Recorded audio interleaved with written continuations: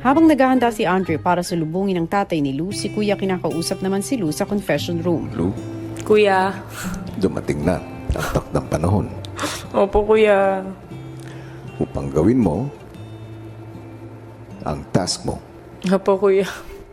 Nakikita mo yung nasa harapan mo. Yes, kuya. Kunin mo. Ipakita mo. Oo, kuya, pang damit. Okay, kuya. Oh my gosh. Cute! Ayan po, kuya. Mannequin po talaga ako, kuya. Ilang sandali pa tinipon ni Lou ang mga kasama sa living room. At game, gather up. Okay. Beautiful people. I'm so sorry. Wow. Wow. Are we gonna dress you up? Thank you. Yeah. Yeah, I believe so. As you all know, tomorrow is my birthday. Thank you. And I want to celebrate it with you guys. So, binigay niyo yung task na to na maging mannequin ako. So, I'll be a mannequin. I can't move. I can't speak. And I only have 4 hours for you guys to make that dress. Starting. Oh? Yeah. Wala pa. Housemates, handa na ba kayo Yes! na maging mananahi ni Lou? Yes po, kuya. Handa na ba kayong bigyan siya ng birthday asalto? Lou, kung handa ka na, makakapagsimula ka na. Okay, Good first pose, things girl. first. Give me a good pose. Oh. First things first. First things first. I'm the realist. Ang housemates agad sinukatan ang mannequin.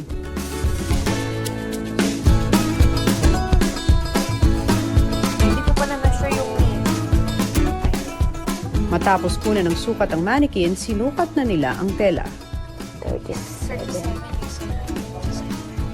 Once na nag-cut kayo ng kulang, makukulang sa kanya, kukulangin na lahat. Diba? Habang abala ang mga mananahe, si Lou unti-unti nang nararamdaman ang pagkangalay.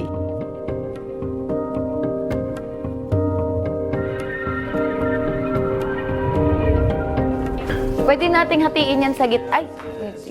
Ano? Uy, perfect! Tama lang yung length niya. Tama lang yan. Yay! Yay! We're making welcome to your birthday dress!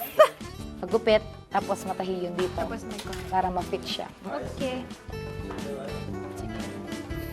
Bali, ang tahi niya, dito, pati si zipper dito. You can rest muna, Lu. Wag mo nang tingin.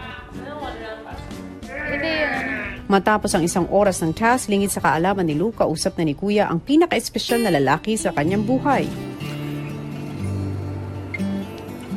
Maligayang pagdating sa bahay ko. Maraming salamat po, Kuya. Ari ho ba kayo magpakilala sa akin? Ako po si Michael Yanong. Ako po ang father ni Lou.